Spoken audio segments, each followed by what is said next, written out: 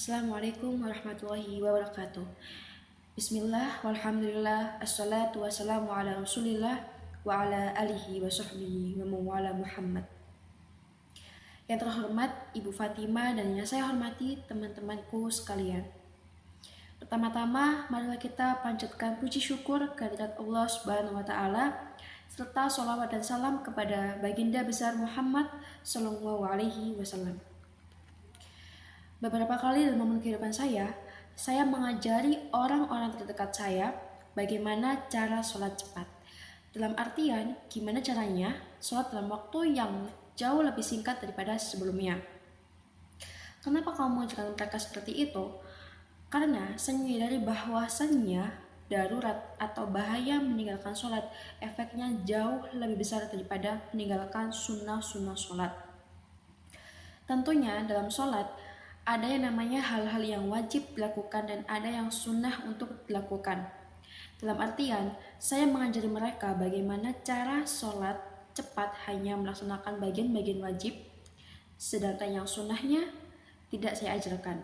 Ini bukan berarti saya menggantikan sunnah-sunnahnya, tapi seberdosa apapun kalian, sejauh apapun kalian dari Allah, tolong tetap laksanakan sholat. Sholat subuh nggak bisa bangun, ya sudah, kalau misalkan nggak bisa bangun, nanti ketika kamu bangun langsung sholat subuh. Loh, berarti kamu mewajarkannya. Bukankah Allah berfirman dalam Al-Quran, Inna sholata kan alal mu'minina kitaban mawquta. Bukankah Allah menetapkan waktu-waktu tertentu?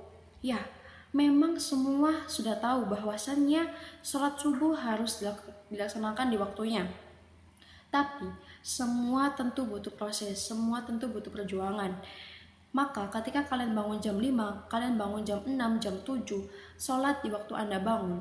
Jadi, yang terlintas di otak kalian ketika kalian bangun pertama kali adalah sholat. Segera laksanakan sholat. Walaupun pada hakikatnya, ketika kalian mengentengkan waktu sholat itu, kalian dihukum berdosa dan kalian akan diminta pertanggungjawaban terhadap perbuatan Anda, terhadap keentengan Anda menganggap sholat itu. Dan bahwasanya sholat itu lebih baik melaksanakan sunnah-sunnahnya. Bahkan diceritakan ada seorang hamba yang mungkin wajibnya kurang, akhirnya ditambal dengan perkara-perkara sunnahnya. Jadi sunnah ini bisa dibilang sebagai tambalan bagi perkara-perkara yang tidak bisa diisi dengan perkara-perkara yang wajib kelak di akhir. Intinya, poin yang saya sampaikan di sini adalah bahwasannya sholat itu jangan sampai ditinggalkan. Teman-teman tahu nggak bahwasannya sholat itu ketika orang meninggalkannya, dosanya itu jauh lebih besar daripada membunuh manusia. Loh, kok bisa? Ya, semua ulama sepakat dari 4 mazhab atau mungkin di luar dari 4 mazhab itu, bahwasannya meninggalkan sholat itu dosanya jauh lebih besar daripada berzina, daripada membunuh manusia, daripada memakan harta riba, atau daripada segala macam dosa-dosa yang pernah teman-teman dengar kecuali syirik. Mungkin teman-teman menganggap bahwasanya di sana ada sekumpulan orang-orang yang melakukan tindakan-tindakan seksual sama jenis. Mereka berzina sepanjang siang dan malam. Tapi ketahuilah, ketika kalian mencaci orang-orang semacam mereka, ya, saya juga termasuk orang yang kontra dengan mereka. Tapi pesan ini saya sampaikan kepada teman-teman sekalian yang sebelumnya nggak pernah sholat, tapi sibuk mencaci mereka di siang dan malam. Percayalah bahwasannya dosa yang teman-teman laksanakan di sini meninggalkan sholat itu jauh lebih besar daripada tindakan tersebut. Sebutlah berbagai macam dosa yang selama ini terlintas di otak teman-teman sekalian. Membunuh? Nah, Anda yang meninggalkan sholat selama ini, percaya bahwasannya dosa kalian itu jauh lebih besar daripada mereka yang membunuh. Kita dapat menemukan banyak orang-orang yang sok-sok ngomong, oh nggak apa-apa, saya nggak sholat, yang penting hubungan saya dengan manusia baik. Kan Tuhan Maha Pengampun, kan Tuhan Maha Pemberi Rahmat. No, kalian yang berbuat khianat semacam itu kepada Allah, Anda tidak pantas untuk berucap semacam itu.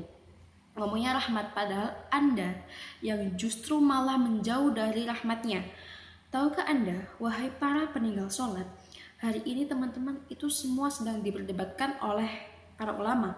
Apakah status Anda itu masihlah seorang muslim atau telah menjadi kafir? Anda sedang diperdebatkan. Jadi, diperdebatkan bukan perihal hukum ini halal atau haram lagi.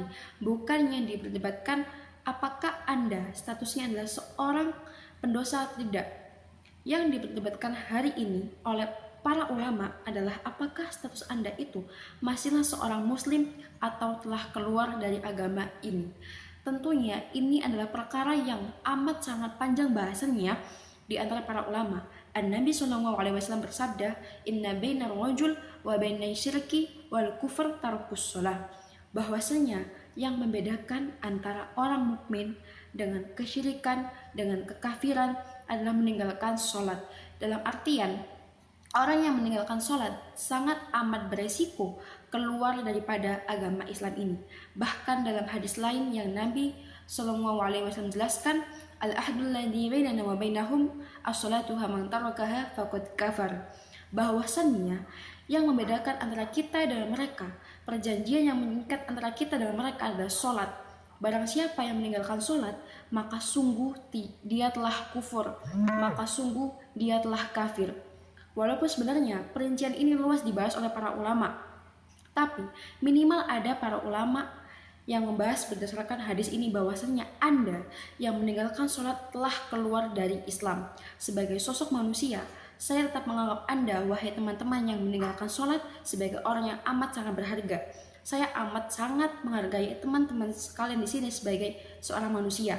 Tapi tolong Anda sekiranya setelah mendengar pernyataan saya di sini, Anda sadar diri untuk melaksanakan sholat.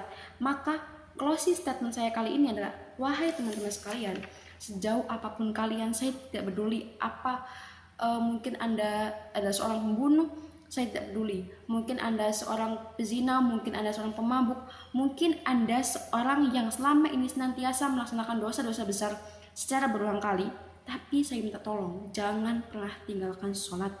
Karena bagi orang yang meninggalkan sholat, maka tentu nerakanya sudah jelas. Tapi orang yang berdosa, tapi sholatnya masih terikat dengannya, insya Allah harapan surga masih terbentang luas untuk Anda. Saya tidak menormalisasikan dengan semua macam dosa-dosa seperti itu, tapi setidaknya saya ingin menjelaskan kepada teman-teman sekalian di sini bahwasanya sholat amatlah sangat penting bagi kehidupan seorang muslim. So, jangan pernah lupakan sholat. Barakallahu fikum, subhanakallah wa bihamdik, asyhadu an la ilaha illa anta, astaghfiruka wa atubu ilaik. Assalamualaikum warahmatullahi wabarakatuh.